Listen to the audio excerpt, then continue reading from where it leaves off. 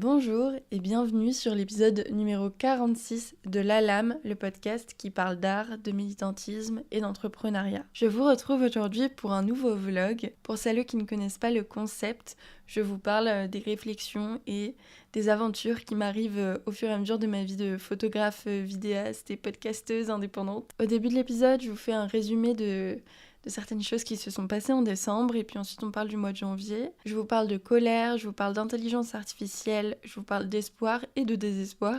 Il y a beaucoup de choses qui se sont passées ces derniers temps, donc je pense que c'est un épisode intéressant. J'espère qu'il vous plaira et j'ai hâte d'avoir vos réflexions là-dessus, donc n'hésitez pas à me donner votre avis en commentaire, et sinon, si l'épisode vous plaît, à le partager à des amis qui seraient intéressés par ce dernier. Moi, je vous souhaite plein de bonnes choses pour vos projets. Merci à vous et très belle écoute.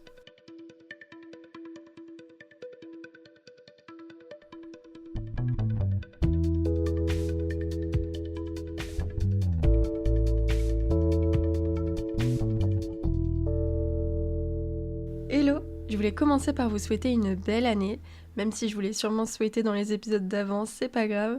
J'espère vraiment que vous avez pu vous reposer en fin d'année et que vous entrez dans l'année 2025 du bon pied. Je vous souhaite une année qui, je l'espère, sera peut-être un peu plus sereine et meilleure que l'année d'avant. C'est vraiment compliqué là pour tout le monde, donc j'espère que vous vous sentez pas trop seul et que vous avez conscience. On est beaucoup dans ce cas-là et que on peut se serrer les coudes, etc. Je vous souhaite une année pleine de collectifs, pleine de luttes. Je pense que c'est vraiment une année où il faut qu'on se rappelle notre intérêt général. Pour ça, je trouve qu'on est vraiment nuls dans la culture, vu qu'on est éparpillés de partout. On oublie qu'en fait, on a tous des intérêts communs et qu'il faut qu'on se regroupe et qu'on se serre les coudes. Donc j'espère qu'on pourra faire des choses en commun avec les syndicats, les salles, avec les artistes, avec les assos, les collectifs, qu'on pourra vraiment réapprendre à militer ensemble, à se retrouver, à débattre et à mettre en valeur du coup nos métiers, à mettre en valeur nos luttes, nos conditions de travail, etc.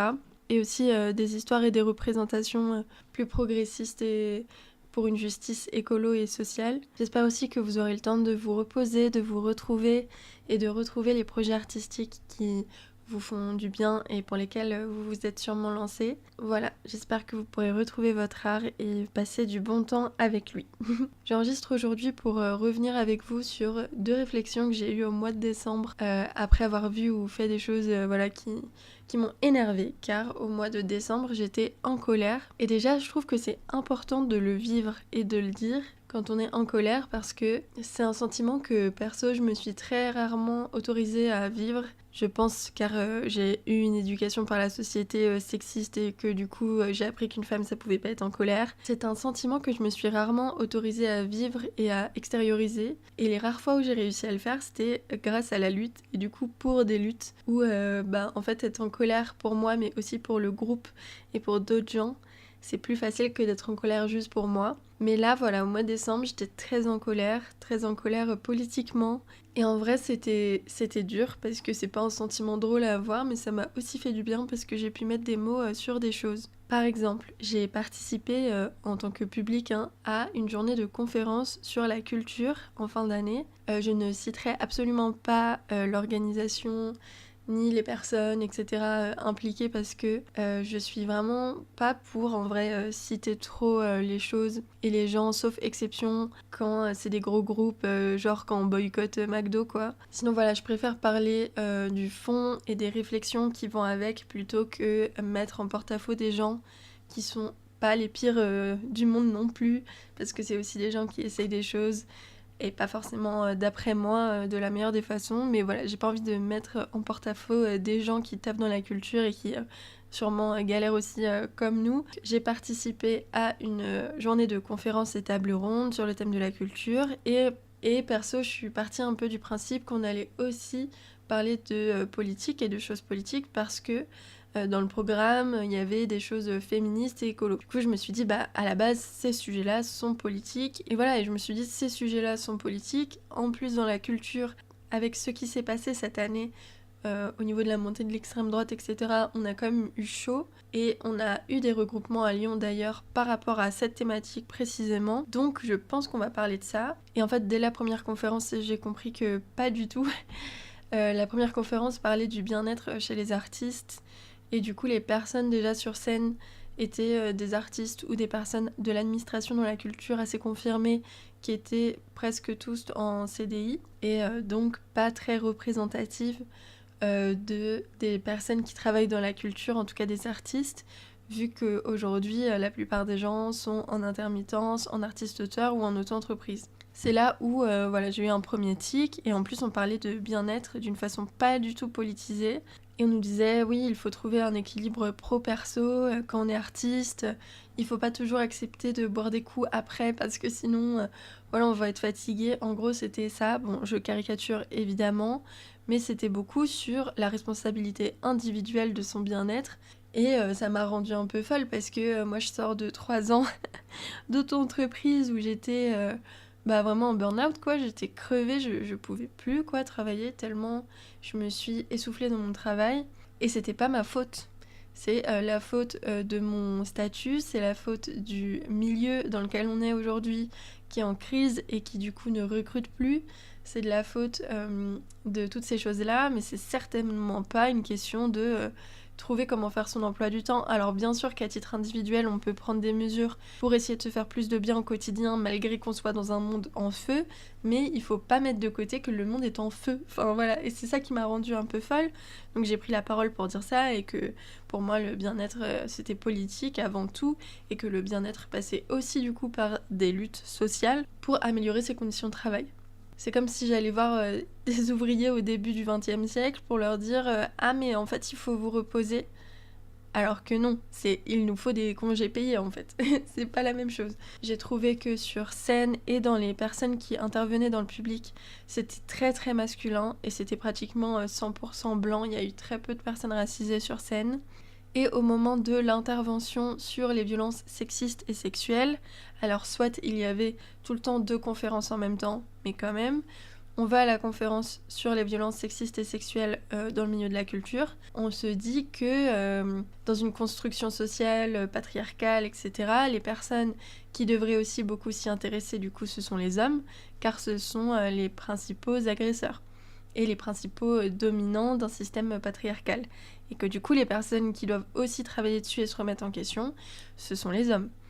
J'arrive dans cette conférence et dans le public, conférence qui était très bien d'ailleurs, merci beaucoup pour ça, et dans le public, il y a que des meufs.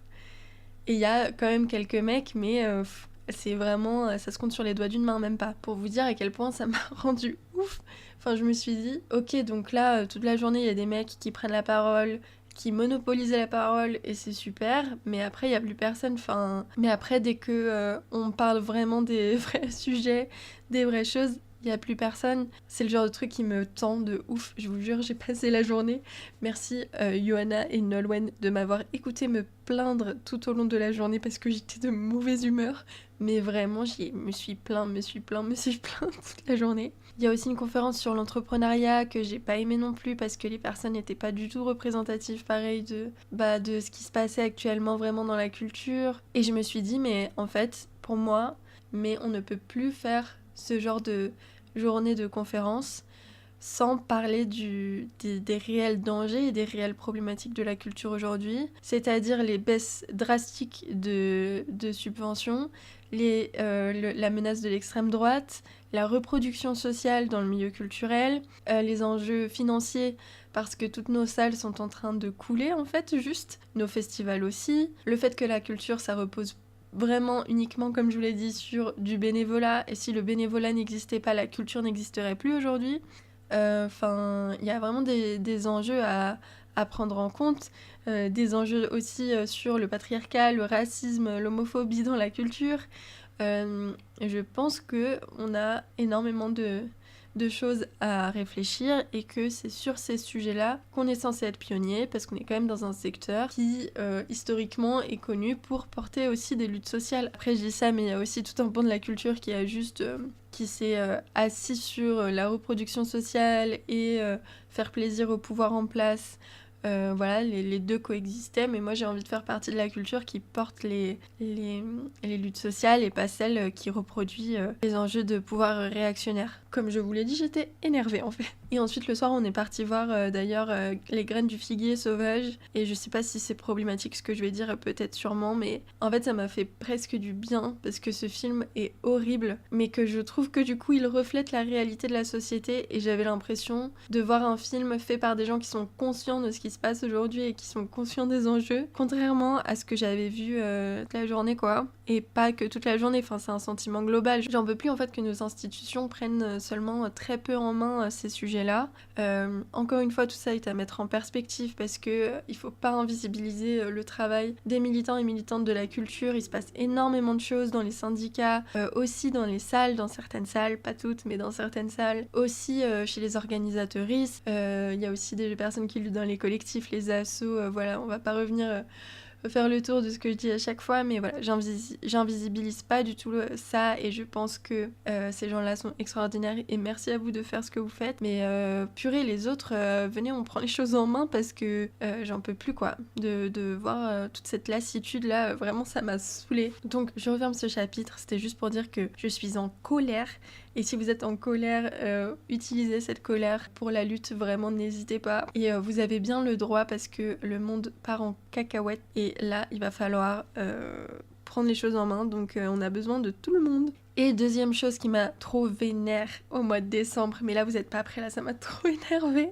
Moi je suis sur LinkedIn et j'assume mon choix, parce que je pense qu'il faut qu'on investisse tous les espaces, et si personne a envie d'y aller, moi j'irai, vous inquiétez pas, et je mettrai des idées de gauchos sur LinkedIn, ça me va très bien. Et en plus je me confronte à des gens passionnants, notamment la dernière fois, c'était génial. En gros je vois un post d'un entrepreneur qui fait tout un laïus sur le fait qu'il a jamais pu avoir de bonnes photos de photographe pour ses photos pro, que du coup il a rien à poster sur LinkedIn, et qu'il s'est jamais trouvé beau en photo, qu'il n'a jamais apprécié son image, et qu'il ne se trouve pas photogénique sur ces photos-là, etc. Bon, soit. Problématique, je comprends et tout. Et il nous dit regardez ces 3 magnifiques photos que j'ai faites générées par l'IA. Vous me voyez arriver. Et en fait, j'ai trouvé un moyen révolutionnaire de trouver des mots-clés et des bonnes façons d'expliquer à l'IA ce que je veux. Est-ce que ça vous intéresse? Qu'est-ce que vous en pensez? Regardez mes belles photos comme elles sont humaines en plus. Enfin, il sort des trucs comme ça, je suis en mode vraiment super. Je ne vois pas le côté humain dans une image complètement fausse et générée par ordinateur. Donc déjà à la base ça m'énerve, parce que l'IA générative, on le rappelle, c'est un outil qui vole les images de travailleuses de la culture, donc d'artistes, d'illustratrices, de photographes, etc. Ça va prendre ces images-là pour pouvoir en modeler de nouvelles et ensuite les revendre à très bas prix. D'après moi c'est déjà quelque chose de très questionnable. Et en plus, il y a tout le côté philosophique de... Je sais que j'ai pas énormément parlé de l'IA, je crois, sur le podcast, mais moi, j'en peux plus, en fait. J'en ai ras la casquette qu'on me parle d'IA. Et je ne comprends pas comment des artistes peuvent louer ça de façon vraiment comme si c'était un grand progrès, etc. Alors que ça bouffe le travail d'autres artistes aussi. Enfin voilà, en fait je pense que si on est artiste, on respecte le travail des autres artistes, et pour moi c'est un non-respect du travail des artistes que d'utiliser par exemple des images générées par IA pour faire des moodboards, pour faire voilà. On en reparlera, parce que là c'est pas très clair. Je vous en reparlerai plus tard, je m'égare. Mais pour revenir au monsieur, déjà à la base, moi je trouve ça questionnable de mettre une problématique sur les photographes qui sont déjà en situation de précarité, et de régler cette problématique avec l'IA, qui est une concurrence déloyale clairement pour les artistes, parce que l'IA elle n'a pas besoin de payer ses factures, l'IA elle n'a pas besoin de payer son matériel, elle n'a pas besoin de payer sa vie quoi, de se nourrir, etc. Et ce qui fait qu'elle peut pratiquer des prix extrêmement bas. Elle n'a pas besoin non plus de beaucoup de temps pour le faire, autant de temps qu'un être humain, et du coup bien sûr qu'elle fera ça plus efficacement, de façon plus productive, etc.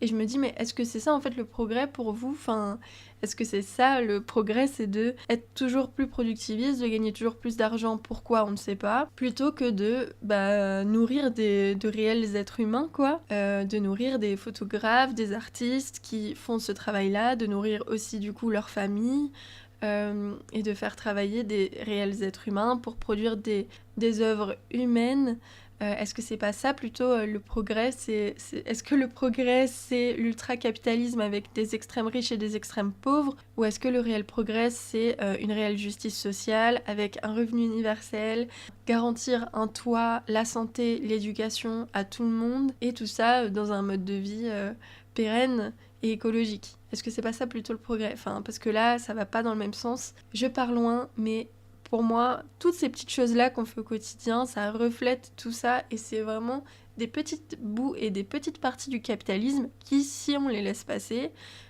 forment le gros système qu'on connaît aujourd'hui. D'autant plus que je tiens à dire que je n'en veux pas à des artistes qui, pour leur pochette d'album, parce qu'ils ont vraiment zéro thune, ont recours à l'IA.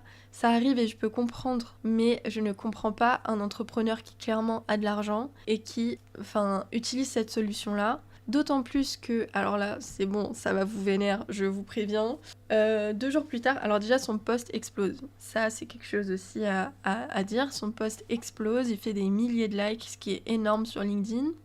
Et quelques jours plus tard, il offre un pack solution qu'il vend pour trouver, je sais pas comment ça marche, mais ces mots-clés là pour faire ses propres images générées par IA. Vous comprenez l'hypocrisie ou pas de la chose?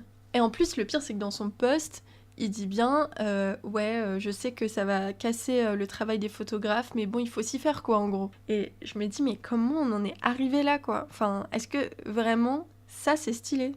D'après LinkedIn, d'après les chefs d'entreprise, ça c'est stylé. Je comprends pas. Vraiment, je comprends pas. Et il y a énormément de personnes qui ont acheté son pack. Et je me dis, mais on en est arrivé là, quoi. Alors que la problématique, ça aurait pu être, je comprends pas, je m'aime jamais sur les photos, j'aime pas ce qui se passe, je vais réessayer avec un autre photographe. Enfin, là, je parle encore une fois de quelqu'un qui a des thunes. Je parle pas de quelqu'un de pauvre qui ne peut pas s'en sortir, quoi. Il n'a pas d'excuses, ce mec-là. Et en fait, je pense que c'est important de rappeler et de dire que c'est grave. Important de rappeler et de dire que, bien sûr, ça mérite débat. Là, je vous donne mon avis de façon claire, nette, précise.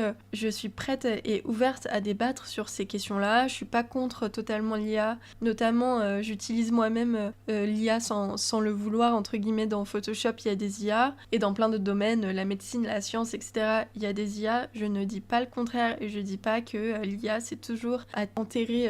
Mais notamment l'IA générative, pour se faire des images comme ça, pas chères et rapidement. Et même les chats GPT, etc. Perso, je suis vraiment contre et je sais que j'ai plein de potes qui utilisent ça. En vrai, je suis pas dictatrice. Hein, vraiment, comme c'est mon avis, je ne les juge pas et je comprends leur point de vue, etc. Mais moi, je peux pas. C'est au-dessus de mes forces parce que je me dis, j'ai pas envie de donner des thunes à ces gens-là. J'ai pas envie d'entraîner des IA qui le feront, d'autres gens le feront et je sais que je vais être dépassée, mais au moins je serai dépassée dans mes valeurs plutôt que à l'encontre de mes valeurs. Je dis pas que j'en utiliserai jamais parce que ça se trouve un jour je serai obligée d'en utiliser vu qu'il y en aura vraiment partout. Mais pour l'instant je fais ma réac et je suis contre ça, je fais ma conservatrice. Mais je trouve que c'est important en fait de se vénérer justement, c'est important de dire les choses et de pas laisser passer ce genre de choses et de prendre à bras le corps ces sujets-là. Par exemple l'IA, moi je suis pas du tout experte dessus et je me suis beaucoup sentie pas légitime à en parler. Mais l'IA, c'est aussi toute une philosophie et toute une politique et sur ça, je trouve et je pense que je suis calée et que je peux donner mon avis. Et en fait, c'est quelque chose qu'on dit beaucoup, mais ces dernières années, la fenêtre d'Overton, elle s'est vraiment droitisée à fond. Et en gros, ça veut dire que les débats qu'on a et les propos que tiennent nos politiciens, nos journalistes, nos entrepreneurs, etc., tous les gens qui ont du pouvoir, en fait, en France, dans notre pays, leur discours c'est vraiment droitisé et le discours de Macron aujourd'hui c'est le discours de la droite très conservatrice voire de l'extrême droite il y a quelques années et ça c'est important de le dire. La droite aujourd'hui dit des choses que la droite d'il y a 20 ans n'aurait jamais dites et c'est pareil pour ce genre de débat de l'IA etc. On voit que des choses qui l'encensent et qui vont dans ce sens-là. Je pense que c'est des choses sur lesquelles il faut qu'on agisse, sur lesquelles il faut qu'on parle, sur lesquelles il faut qu'on se positionne et qu'on se positionne fortement et qu'il faut pas qu'on laisse passer en fait. J'ai l'impression de trop laisser passer des discours haineux parce qu'il y en a partout. Et pareil, j'ai l'impression de trop laisser passer sur LinkedIn par exemple des discours sur l'IA, sur le fait de rendre son entreprise efficace pour pouvoir licencier des gens. Enfin, c'est pas normal et c'est pas ok et c'est pas vers ça qu'on veut tendre et je pense qu'il faut le dire. Et d'ailleurs, je tiens à dire que je reste quand même toujours cordiale, hein. Là je vous le dis avec mon énervement, je trouve que c'est intéressant et important d'être énervé parfois, mais c'est aussi important de débattre et de pouvoir discuter alors avec des gens qui ne sont pas en train de dire des propos condamnables de racisme et d'homophobie, etc. Là, le débat n'a plus lieu d'être et je pense que les réactions vives sont aussi importantes dans ces cas-là pour dire que c'est juste pas ok. Mais sur des discours sur les entreprises, l'IA et tout, je prends le temps à chaque fois de commenter bien, argumenter, etc., sourcer mes infos, etc. Mais souvent j'ai aucune réponse parce que je pense qu'ils le savent très bien et qu'ils s'en foutent. Mais je trouve ça important de mettre ces commentaires-là et de les laisser, de les afficher pour montrer aux gens en fait qu'il y a aussi une contre-vérité à ça et que voilà, on est là et qu'on est ensemble et qu'on peut continuer à se battre. Je vous reprends plus tard pour vous raconter un peu mes réflexions et mes énervements de janvier parce que je sais qu'il va y en avoir beaucoup sûrement, donc bon courage à vous. Bonne année, on va y arriver les gars, vous inquiétez pas, mais c'est compliqué, hein. Bon courage. Hello! Nous sommes le 10 janvier, ce vlog n'est donc peut-être pas très représentatif de ce que j'aimerais faire dans ce format, c'est-à-dire d'espacer mes prises de parole afin de vous montrer l'évolution de mon état d'esprit, de mes pensées, etc. Mais là, ça va être surtout pour parler du passage de 2024 à 2025, ce vlog-ci, donc je trouve ça quand même cohérent. Et pour continuer ce vlog, je voulais vous parler du gros bilan de la culture en 2024. Pour celles qui me suivent sur Instagram, vous avez sûrement vu passer mon post qui résume ça. Donc si jamais vous voulez partager facilement ce que je suis en train de vous dire, sachez que sur le compte Instagram du podcast, donc La Lame Podcast tout attaché, il y a un post qui s'appelle 2024, une année noire pour la culture et où je récapitule ce qui a pu se passer dans le secteur culturel et artistique cette année. Donc c'est un bilan très pessimiste, hein, on va pas se mentir, de la culture aujourd'hui. J'ai pas pris le temps de lister les bonnes choses qui se sont passées parce qu'il y a aussi des bonnes choses. Moi je parle surtout là de structure, de système d'État, de système économique et pour ce côté-là de la culture, c'est vrai qu'il y a vraiment eu que des mauvaises nouvelles, hein, je pense. On peut pas dire qu'il y a eu de bonnes nouvelles. C'est un récap aussi d'ailleurs que j'ai fait en partant de mes connaissances, de ce que j'avais pu lire et étudier personnellement cette année. Voilà, je ne suis pas un média avec une équipe qui peut m'aider à chercher, etc., qui peut avoir plusieurs experts sur la question. Et donc je pense que j'ai omis de parler de plein de choses. Et c'est pour ça que je tiens à vous dire que vous pouvez compléter cette liste. Vous pouvez la compléter en commentaire sur YouTube, sur les plateformes d'écoute ou alors sur Instagram. N'hésitez pas à apporter aussi votre point de vue. Et d'ailleurs, moi, je me ferai un plaisir de lire ça pour aller ensuite m'informer aussi et pouvoir vous en reparler plus tard sous d'autres formes, etc. Donc voilà, merci à vous pour vos partages.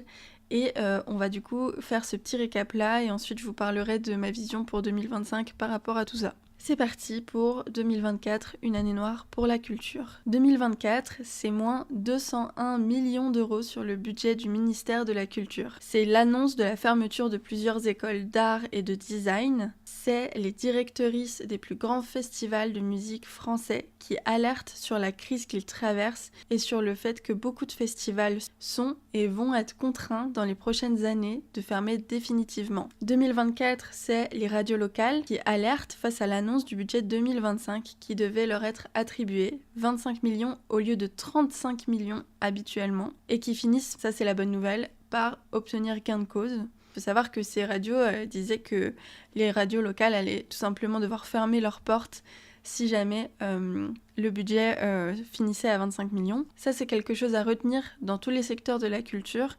Si on ferme les petites radios locales ou alors indépendantes, Et de la même façon, si on ferme les petites salles, les petits médias, etc., c'est aussi fermer tous les endroits qui proposent une contre-culture face à la culture mainstream et à la culture qui est prônée et portée par le capitalisme. Et c'est pour ça que l'on se bat tout le temps pour sauvegarder ces petites salles. C'est pas juste pour le simple plaisir de garder ces endroits-là, c'est aussi que c'est une réponse politique hyper forte. Et on a un exemple parfait en France avec Bolloré qui détient aujourd'hui un nombre de médias absolument effrayant, mais aussi des maisons d'édition, etc., qui lui permet de faire passer ses idées d'extrême droite, ses idées réactionnaires, et de faire un vrai projet politique et qui lui permet d'avoir un vrai pouvoir sur la société. Et d'ailleurs, je vous invite à aller vous intéresser aux différentes campagnes de boycott par rapport à l'Empire Bolloré. Il y a notamment la campagne des soulèvements de la Terre en ce moment, je crois que c'est toujours en cours. Donc je vous mets tout ça en barre d'infos. 2024, c'est aussi l'arrivée massive de l'IA, notamment générative, qui crée une concurrence déloyale avec les artistes, volent leur travail pour créer du contenu pas cher et fait passer l'art pour un produit à niveler vers le bas et à rendre efficace en lui enlevant tout ce qui fait son essence. Voilà, bon, je vais pas revenir dessus, je vous en ai parlé dans la première partie du vlog. C'est aussi 2 lieux culturels qui ont fermé en 2024, rien qu'à Lyon, donc le Pogno et la Cité des Halles, et puis 4 qui menacent de fermer leurs portes en 2025. Donc là, je parle du Rita Plage, du Café Rosa, du Boomerang ainsi que du Sonic qui ont tous les 4 lancé l'alerte l'année dernière. 6 lieux culturels qui ferment ou menacent de fermer en 1 an et quelques, c'est quand même énorme au niveau d'une seule ville. Et je pense en oublier d'autres, donc vous imaginez au niveau de la France à quel point c'est catastrophique. C'est aussi, et ça c'est un très gros point, les Pays de la Loire qui amputent de 2/3 le budget alloué à la culture de la région en 2025. Pour le coup, il y a eu des campagnes énormes, même au niveau national là-dessus, donc je vous partagerai des articles de la CGT par exemple qui en parlent très bien. C'est la fermeture assurée d'énormément de lieux culturels et la mise au chômage d'énormément de gens. Donc voilà, c'est effrayant. 2024, c'est aussi une année où la culture du viol continue à régner en toute impunité, malgré que des actrices et travailleuses osent ouvrir la parole sur le MeToo cinéma et musique, par exemple. On pense notamment à Judith Godrèche, Adèle Haenel, mais aussi les victimes de Gérard Depardieu, qui a été encensé, on le rappelle, par notre président. J'ai l'impression que c'est des choses qu'on oublie assez vite, mais waouh, c'est fou de se dire qu'il s'est vraiment passé ça cette année. Il y a aussi eu la proposition de loi visant à privatiser l'audiovisuel public qui, si je ne dis pas de bêtises, est toujours en cours. Et c'est enfin la menace grandissante de l'extrême droite au pouvoir qui aura un impact direct et mortifère pour le secteur. J'oublie bien sûr les menaces sur les statuts d'intermittents et d'artistes-auteurs, l'immense précarité des artistes, le spectacle vivant plus fragilisé que jamais, les salles et les festivals qui ferment partout en France et bien d'autres choses. La reproduction sociale, le racisme, le sexisme, le mépris de classe, ils sont toujours omniprésents. Alors comment faire un bilan de 2024 sans vous parler de tout ça ? La culture est en danger et on le rappelle depuis des années. Alors c'est un bilan qui fait peur et là je vous parle de la culture, mais j'ai conscience que ce n'est clairement pas le seul domaine qui est impacté par le système dans lequel on vit. On se souviendra que 2024, c'est une année où on a continué à tirer sur les services publics, notamment de la santé et de l'éducation, qu'on a continué à tirer sur les retraites, à se tirer sur le chômage, le RSA, qu'on a invisibilisé un génocide à Gaza et qu'on a encouragé les personnes qui le produisaient, qu'on a continué à avoir des discours anti-immigration et racistes toute l'année absolument horrible, qu'on a continué aussi à tirer sur les personnes trans, et que l'extrême droite monte au pouvoir comme jamais, que l'extrême droite est plus forte que jamais en France mais aussi dans le monde. On a Trump qui est revenu, c'est super, une bonne nouvelle encore, et qu'on vient de passer au-dessus des 1,5 de réchauffement climatique, c'est impeccable. Enfin, j'oublie sûrement 90% des choses, excusez-moi, j'ai l'impression qu'il se passe trop de choses en un mois pour en parler déjà, donc sur un an c'est encore pire. Mais je pense que rien que ça c'est déjà pas mal, hein. Enfin là on a du pain sur la planche. Ce que je voulais vous dire c'est que toutes ces mauvaises nouvelles, que ce soit pour nos corps de métier à nous, mais aussi pour la société en général. C'est effrayant et en vrai, on aurait bien raison d'être fataliste aussi. Enfin, je comprends totalement les gens qui baissent les bras et qui en peuvent plus. Et c'est clairement la volonté des gens qui tiennent le pouvoir aujourd'hui, c'est de nous faire perdre espoir pour qu'on n'ait plus la force de se battre. Et c'est là où j'ai envie qu'on se redonne espoir tous ensemble et qu'on continue à y croire, parce que quand on y croit et qu'on lutte tous ensemble, c'est là que ça peut marcher. Et j'avais envie vraiment de vous rappeler de ne pas oublier à quel point il y a énormément de personnes qui se battent aujourd'hui contre tout ce qui se passe en ce moment. On n'est pas tout seul à penser que c'est pas normal, on n'est pas tout seul à être offusqué par tout ce qui se passe. Il y a énormément de gens qui militent, qui se battent. Il y a énormément de gens qui militent, qui informent, qui se battent tous les jours pour que les choses changent. Et je pense qu'en 2025, c'est à LE qu'il faut donner de la force et c'est LE qu'il faut rejoindre. Et l'espoir, c'est bien, mais l'espoir, ça fait clairement pas tout. Je pense qu'en 2025, on va avoir besoin de militants sur le terrain. C'est quelque chose qui se perd aussi pas mal avec les réseaux sociaux. On en a parlé plusieurs fois ici. Je pense que le militantisme sur les réseaux sociaux, c'est très important, bien sûr. Mais ça va de pair aussi avec un militantisme de terrain. Alors chacun et chacune fait comme elle peut et met son énergie où elle peut, etc. Bien sûr, le but c'est pas de culpabiliser qui que ce soit, mais juste de rappeler qu'il existe énormément de structures que l'on peut rejoindre. Et je pense que le lien, c'est quelque chose de nécessaire. Et je pense que c'est ça qui me fait peur un peu avec le militantisme uniquement sur les réseaux sociaux. C'est que du coup, on rentre très vite dans une bulle et on n'échange plus autant avec d'autres gens. Alors oui, on peut aller s'informer et regarder d'autres choses, mais je trouve ça vraiment cool de se rappeler de l'intérêt général. Et quoi de mieux pour se rappeler qu'il y a un intérêt général, c'est de se regrouper, c'est de discuter ensemble et aussi de rencontrer des gens qui ne sont pas dans nos secteurs à nous et de se rappeler qu'on a, oui c'est ça, des intérêts communs à se battre ensemble, quels que soient nos corps de métier et les discriminations qu'on subit et notre parcours. En fait, si on pense qu'il faut changer le système capitaliste, on a tous intérêt à travailler là-dessus ensemble. Des solutions, il en existe énormément et vous savez, je suis une entrepreneuse, donc je vais vous donner 5 solutions clés en main pour pouvoir militer et soutenir, j'en reviens au sujet du podcast, la culture en 2025. Je pense que premièrement, au vu de ce qui se passe en ce moment, en 2025, la chose la plus essentielle, ça va être de soutenir les médias qui se battent pour des idées de progressisme et de justice sociale et climatique. Je vous ferai une liste vraiment plus poussée dans la description. Je vous invite vraiment à aller suivre déjà sur les réseaux sociaux, et ça c'est gratuit, et à aller soutenir les posts, les réels, les stories des médias comme Mediapart, l'Humanité, Le Média, Blast, Street Press, Histoire Crépue, Engrenage, etc. Et ensuite, si vous le pouvez, et vraiment pas de culpabilisation par rapport à ça, parce que je sais qu'en ce moment c'est compliqué pour tout le monde, et encore plus pour certaines personnes, mais si vous le pouvez financièrement, aider les médias indépendants. Les abonnements commencent à peu près à partir de 5 € pour pas mal de médias, je crois, voire même en dessous, je sais pas. Mais moi, les médias auxquels j'ai souscrit, j'ai pris des abonnements à 5 € par mois. Et on peut se dire que c'est que 5 € et que c'est pas beaucoup, mais si on est 100 000 à mettre 5 €, c'est clairement pas anodin.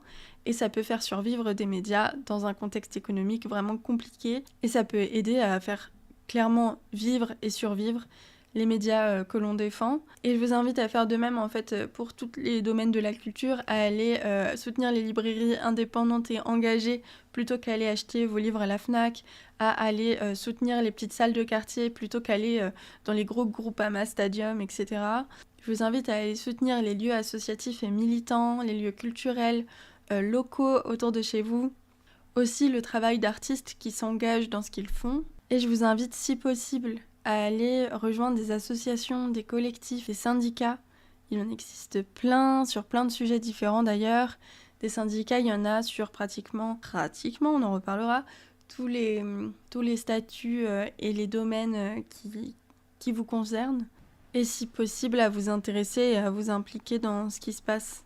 Et aussi, si possible, à vous intéresser et à vous impliquer dans ce qui se passe.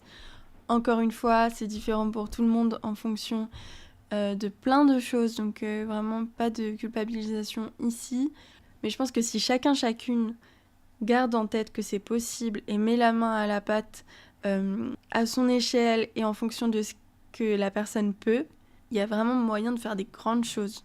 Et je vous reparlerai bientôt des grosses luttes autour, par exemple, des sujets, des artistes-auteurs. Normalement, je vais recevoir quelqu'un qui sera beaucoup plus qualifié que moi bientôt pour vous en parler. Des grosses luttes autour des statuts, autour des enjeux de la culture bientôt. Je vais essayer d'inviter des personnes qui sont beaucoup plus calées que moi sur ces sujets-là pour vous faire des épisodes de qualité et vous informer sur ce qui est possible et ce qui peut se passer réellement dans les prochains temps. Et je pense que ça va vous redonner un boost de confiance et d'espoir dans la suite, je l'espère.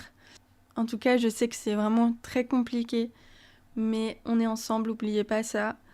Je pense très fort à vous en vrai.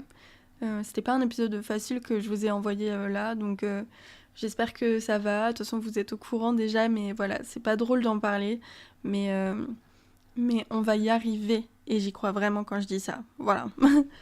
Merci à vous, et à bientôt. Hello! On est le 18 janvier et je viens d'avoir une semaine de merde car j'ai eu 3 mauvaises nouvelles dans la semaine. Je vous la fais rapide mais je voulais vous en parler, je trouvais ça intéressant. Déjà on a les statuts des copains qui ont été refusés, ça on s'y attendait un peu. En gros on lance les copains en assaut et voilà, ça arrive souvent que sur les statuts tu fasses une faute, un truc à un endroit. Du coup ça passe pas, c'est pas grave mais ça rentre beaucoup moins dans le planning quand c'était prévu à la base. Donc on refait les papiers, on renvoie et on doit réattendre une réponse. C'est pas très grave mais c'est un peu relou quoi. Donc il y a ça. Ensuite j'ai eu un entretien d'embauche qui m'a énervée, voilà. Parce que je vais pas rentrer dans les détails, je pense qu'ils n'écouteront pas ce podcast, mais je ne veux pas qu'ils se reconnaissent. J'ai trouvé un potentiel deuxième client régulier, c'est un de mes gros goals de l'année. Et c'est vrai que je commence cette année difficilement parce que, à part mon premier client régulier et quelques trucs ponctuels, j'ai vraiment très peu de choses pour l'instant en 2025, pardon. Et c'est vrai que c'est dur de se projeter, surtout quand ça fait, c'est ta 4e année, oula, maintenant. Tu te dis toujours que l'année commencera mieux que celle d'avant, et au final, pas forcément. Donc j'ai quand même un gros objectif de CA à accomplir cette année, et c'est vrai que commencer 2025 avec très peu de choses, c'est pas facile. Même si je sais que ça peut complètement changer et qu'il faut pas que je me prenne trop le chou avec ça, c'est vraiment par période que ça vient. Mes mois de janvier ont jamais été les meilleurs du tout, voire dans les plus bas, donc c'est pas très grave. Mais quand même, c'est pas très drôle. Et là, du coup, j'ai fait un entretien d'embauche sur lequel je comptais pas mal. C'est un job qui me plairait bien, même si c'est pas forcément la spécialisation que j'ai de base, mais c'est vraiment du portrait photo, du coup, ça me convient bien. Voilà, donc je suis arrivée plutôt confiante et au final, je suis très déçue de ce que ça pourra donner. En gros, je vous la fais courte, mais c'est très mal payé, c'est énormément de contraintes et c'est vraiment de la photo d'usine sur laquelle je ne pourrais même pas apporter de retouches. Voilà, et voilà, c'est la réalité des choses et on fait tous des jobs alimentaires, je me plains pas. Mais c'est vrai que y a une réflexion que je me suis faite, c'est que si je suis en freelance, c'est au moins pour faire quelque chose qui me plaît. Parce que moi, j'ai fait plein de jobs alimentaires et ça m'allait très bien. Parce que, ok, c'était mal payé, mais et ok, les conditions, souvent, c'était vraiment... j'ai travaillé en restauration, en livraison et tout, donc les conditions de travail étaient vraiment mauvaises. Et c'est épuisant et tout, enfin, je veux pas du tout minimiser. Mais au moins j'étais en salariat, ce qui me permettait d'avoir quand même quelques couvertures sociales. Mais là j'ai l'impression qu'on vient de me proposer un job alimentaire comme j'avais avant, mais en freelance. Et là je trouve ça encore plus énervant, parce que je me dis, si je suis en freelance, il faut qu'au moins je sois bien payée parce que j'ai aucune garantie autour, ce qui n'est pour l'instant pas du tout le cas. Enfin, je suis bien payée sur mes prestats, mais j'en ai pas assez pour bien me payer. Et du coup là, j'accepterais quelque chose qui me prendrait plusieurs mois de l'année, ça ferait une bonne partie de mon CA. Par contre, en soi, au vu du temps que ça va me prendre, des contraintes, il y a des fois où je dormirais pas chez moi, et voilà, ça me prendrait toute ma vie, toute mon énergie pour le SMIC, voilà, clairement. Sauf qu'en plus, j'aurais pas le droit au chômage, j'aurais pas le droit à toutes les protections qui vont avec le salariat, quoi. Donc en gros, cette proposition qu'on m'a faite, elle est vraiment bien en dessous de ce que je pensais. Et c'est toujours un rappel que le métier de photographe, il se détériore drastiquement et très rapidement. Il y a quelques années, les photographes que je voyais faire ce job-là, ce type de prestation-là, je sais que c'était des photographes indépendants qui n'étaient pas gérés par une société autre que eux-mêmes et du coup qui se rémunéraient bien et que les clients rémunéraient bien. Aujourd'hui, pour exactement le même job, déjà, on nous enlève la moitié de notre taf parce qu'on nous enlève les retouches. On nous impose un cadrage, une lumière, un truc. On nous impose un matériel aussi. Et en plus, on est hyper mal payé parce que du coup, c'est une société qui gère tout le business et qui ubérise complètement notre travail. Ça m'a vraiment fait un rappel que voilà, de tous les côtés, même sur ce type de prestat-là, qui, je peux pas vous le dire, j'ai pas envie de vous en parler maintenant parce que c'est trop frais, j'ai un peu peur voilà, que mes patrons écoutent ça, donc voilà. Et ça se passe comme ça. Et, ça m'a vraiment mis un coup. Je pensais pas que dans ce domaine-là, ça se passait comme ça. Et à chaque fois, ça me fait peur et ça met un gros coup. Et ça me fait pas mal penser aux sociétés de maternité. J'ai quelqu'un de proche de moi qui a travaillé dans ça. Je vous dirai pas qui c'est parce que, pareil, je lui en ai pas parlé avant, donc j'ai pas envie d'en parler avant que cette personne-là en parle elle-même. Mais elle a travaillé du coup en presta photo pour des boîtes de maternité, donc de photos de maternité. Donc c'est les photographes qui viennent dans les chambres pour prendre en photo les nouveau-nés juste après l'accouchement, 1 ou 2 jours après l'accouchement. Donc les photos, je crois qu'elles sont gratuites peut-être, mais ensuite si vous voulez les imprimer ou si vous voulez plus qu'une photo, je crois qu'il y a une photo qui est gratuite et après il faut payer, c'est super cher et les photographes sont clairement en salariat déguisé dans ces structures-là, peut-être pas toutes, mais plusieurs grosses boîtes que je connais qui font ça ont des prestataires du coup complètement salariés déguisés. Salariés déguisés, ça veut dire que déjà on te prend la plupart de ton temps, donc je sais plus à combien de pourcentage, mais en gros on t'impose des horaires. Là c'était clairement du 35 à 40 heures, avec des horaires imposés et avec un salaire imposé. Voilà, alors que normalement quand on est freelance, on doit pouvoir avoir la main sur notre calendrier à peu près, bien sûr en répondant au calendrier du client, mais on est censé pouvoir travailler aux horaires qui nous conviennent, avec un salaire qu'on propose aussi nous et pas juste qu'on nous impose.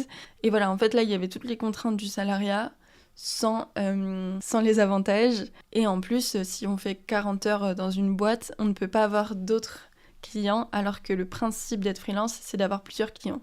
Ce genre de boîte, ça me rend folle, voilà. Donc ça, c'était la deuxième mauvaise nouvelle. Et je trouve ça cool parce que ça nous fait parler d'autres sujets, quoi. Donc c'est l'intérêt des vlogs. Et dernière mauvaise nouvelle, ça, je voulais vous en parler parce que je vous avais dit que je vous en parlerais même si j'étais pas prise. En fin décembre, j'ai eu un gros espoir parce que j'ai candidaté à un incubateur de médias. C'est un ami qui m'a un peu poussée à le faire et en vrai, il a vraiment eu raison. Ça m'a fait beaucoup de bien de candidater à ça. En gros, j'ai candidaté à un incubateur de médias pour le podcast. Le but d'un incubateur de médias, c'est de faire structurer ton projet, de t'aider, de t'accompagner à en faire un vrai projet professionnel avec une stratégie de financement, déposer ta marque, avoir un statut juridique, etc. Chose que je n'ai jamais faite et qui serait compliquée pour moi à faire seule, car j'ai déjà énormément d'activités. Et le podcast, je l'anime, je le monte et je gère la ligne édito et la com déjà toute seule. Alors, gérer en plus toute la partie administrative, etc., pour laquelle je n'ai aucune compétence, ça me prendrait un temps fou. Et c'est vrai que du coup, cet appel à candidature, j'ai beaucoup mis d'espoir dedans parce que j'avais l'impression de remplir tous les critères et d'être au bon moment du podcast pour le faire. Et j'ai eu des super retours aussi. Donc, je m'étais vraiment projetée dans cet incubateur de médias qui, en plus, voilà, c'est pas une startup nation comme les autres, on va dire. C'est comme un incubateur très engagé avec qui je partage vraiment 90% des valeurs, je pense, et qui a incubé des médias qu'aujourd'hui je regarde et que j'aime énormément. Donc j'y ai pas mal cru. Et les podcasts, c'est vraiment un des thèmes de médias qu'ils apprécient le plus, j'ai l'impression, dans cet incube. Donc je m'étais dit, vas-y, peut-être j'ai mes chances, quoi. Pour une fois, je me laisse espérer un truc. Et j'ai pas été prise. J'ai aucune idée de pourquoi, parce qu'on nous a envoyé des réponses automatiques, et j'avoue, ça m'a fait un peu mal au cœur, ça, parce que bon, ils ont clairement le droit, je pense qu'ils ont plein de demandes.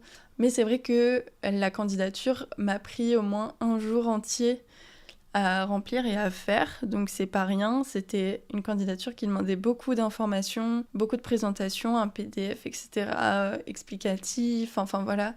C'était une grosse demande et pour ça, répondre par une réponse automatique, ça m'a un peu fait mal au cœur. Donc je leur ai renvoyé un mail, pour l'instant j'ai pas de réponse pour avoir plus de précision, pour pouvoir m'améliorer pour la suite et répondre aux choses qui n'ont pas marché, quoi. Mais voilà, du coup, grosse déception, je vous avoue, ça m'a vraiment mis un coup. Je pense que c'est ça qui a commencé ma semaine du mauvais pied, parce que je m'étais dit que pour une fois, peut-être, depuis le début de mon expérience entrepreneuriale, tout est difficile, et peut-être que pour une fois, les choses auraient pu être simples. Pour une fois, j'aurais pu être accompagnée sur quelque chose et on aurait pu m'aider, parce que je me débrouille et je fais les choses de briques et de broc depuis 3 ans et c'est vraiment fatigant. Et en plus, comme vous l'avez vu, professionnellement parlant, en ce moment, j'ai peu de demandes, donc peu de bons retours aussi. Enfin voilà, c'est pas très valorisant, quoi. Et en plus, avoir toutes ces mauvaises réponses d'un coup, ça m'a vraiment mis un coup au moral. Surtout qu'on est début janvier et que c'est un peu le moment où d'habitude j'ai de l'espoir, je suis reboostée à fond. Là, c'était vraiment le cas, je me sentais vraiment bien. Et ça m'a vraiment mis un coup au moral. Mais je trouve ça cool à enregistrer parce que je me dis et j'espère que les prochaines seront meilleures.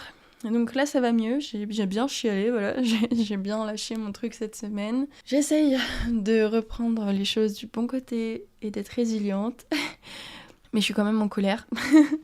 Donc là du coup je me relance dans de nouvelles démarches de démarchage justement pour mon entreprise, pour les invités du podcast, parce que j'ai aussi plus de mal qu'avant à trouver des invités, parce qu'avant je vais pas vous mentir, je comptais pas mal sur mes amis. Voilà, j'ai plein de potes qui sont passés sur le podcast parce que j'ai pas mal de potes qui taffent maintenant dans des métiers artistiques. Mais là, j'aimerais bien aller démarcher d'autres personnes que je connais pas et me challenger. Et voilà, c'est plus difficile que trouver ses potes et les mettre dans le podcast, c'est sûr. Donc, c'est un challenge. Et je me remets aussi à démarcher pour les marchés, les boutiques, etc. Donc voilà, c'est un début d'année calme. Si ça se passe comme ça pour vous aussi, courage à vous. Je pense qu'il faut pas qu'on oublie que les gens, ils nous oublient vite parce qu'on est beaucoup et que peut-être qu'on a l'impression de répéter tout le temps et de démarcher tout le temps les mêmes personnes et aussi de forcer un peu la main aux gens par story parce on est mal à l'aise de parler de notre travail.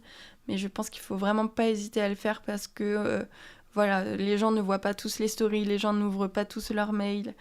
Il y a plein de choses qui font que ça se trouve là vous allez envoyer un mail et ça va marcher. Mais voilà, c'est vrai que c'est dur pour le moral et vous avez le droit d'être complètement démoralisé. Moi c'était le cas. Il y a quand même souvent des fois où je me dis que c'est beaucoup d'efforts pour vraiment peu de choses et c'est pas facile, quoi. Donc je sais que je ne ferai pas ça toute ma vie, dans ces conditions-là en tout cas. Voilà, parce que c'est un travail que j'aime très fort et que je veux absolument continuer et réussir. De toute façon, vous me connaissez, je suis trop têtue pour arrêter maintenant. Mais c'est pas évident. Et je sais pas si vous suivez Elora Studio d'ailleurs, mais c'est une youtubeuse que je vous conseille vraiment si vous aimez les studios vlogs et qui a bien besoin de visibilité cette année, donc n'hésitez pas à lui apporter un peu de love. Et Laura, elle passe beaucoup par ces périodes-là en ce moment, et je suis trop reconnaissante qu'elle en parle parce que c'est vraiment pas facile, qu'elle en parle publiquement et qu'elle dise que voilà, en fait, elle gagne pas du tout sa vie, que sa vie, elle est hyper compliquée et qu'elle commence à être très frustrée, très mal par rapport à tout ça. Et je trouve ça précieux qu'on partage aussi les mauvais moments et qu'on parle aussi de l'impact émotionnel que ça peut avoir et tout. Donc je suis très reconnaissante voilà, qu'elle ait ces prises de parole-là. Et je vous invite, si vous êtes dans la même situation, à aller voir ces vidéos parce que je pense que c'est pas forcément démoralisant. Au contraire, si vous êtes dans la même période, ça déculpabilise et on se sent moins seul, je trouve. Voilà. Courage à vous pour vos projets. Moi, je vais clôturer le vlog ici. J'ai hâte de vous montrer la suite et je vais essayer, voilà, je dis essayer parce qu'on est honnête, de refaire comme l'année dernière où j'avais 4 invités pour le mois de mars. C'est pas donné encore parce que voilà, c'est compliqué en ce moment, donc c'est pas donné que j'arrive à faire 4 épisodes avec invités au mois de mars. Mais sachez que je vais essayer pour fêter les 2 ans comme il se doit. Donc ce sera la surprise. Je ne vous promets rien, ce sera la surprise, on verra bien. En tout cas, merci à vous de continuer à me suivre. N'hésitez pas à partager le podcast, à m'aider parce que voilà, je vais devoir faire ça toute seule cette année. Donc vraiment, n'hésitez pas à commenter, liker, partager. À chaque fois, je vous le dis, je sais que c'est un peu peut-être pesant, j'espère que je vous le dis pas trop, mais c'est essentiel pour moi et ça va l'être de plus en plus. Cette année, ça va être un gros tournant pour le podcast. Et du coup, j'ai vraiment besoin de votre aide, donc voilà. Et puis, de mon côté, je fais tout ce que je peux pour aussi le visibiliser sur les réseaux et j'ai commencé à faire des vidéos facecam pour faire des réels et tout. Enfin, vous verrez ça, c'est très drôle. Mais voilà, c'est malaisant, hein, c'est pas facile à faire. Je vous souhaite plein de bonnes choses pour vos projets et puis moi, je vous dis à dans 2 semaines. Pour un épisode, je sais pas si c'est encore l'épisode avec mon invité, mais on verra bien. En tout cas, en février, je reçois une personne incroyable que je pense vous êtes pas mal à connaître sur Lyon. Donc voilà, je vous souhaite une belle journée, une belle semaine et je vous dis à très bientôt.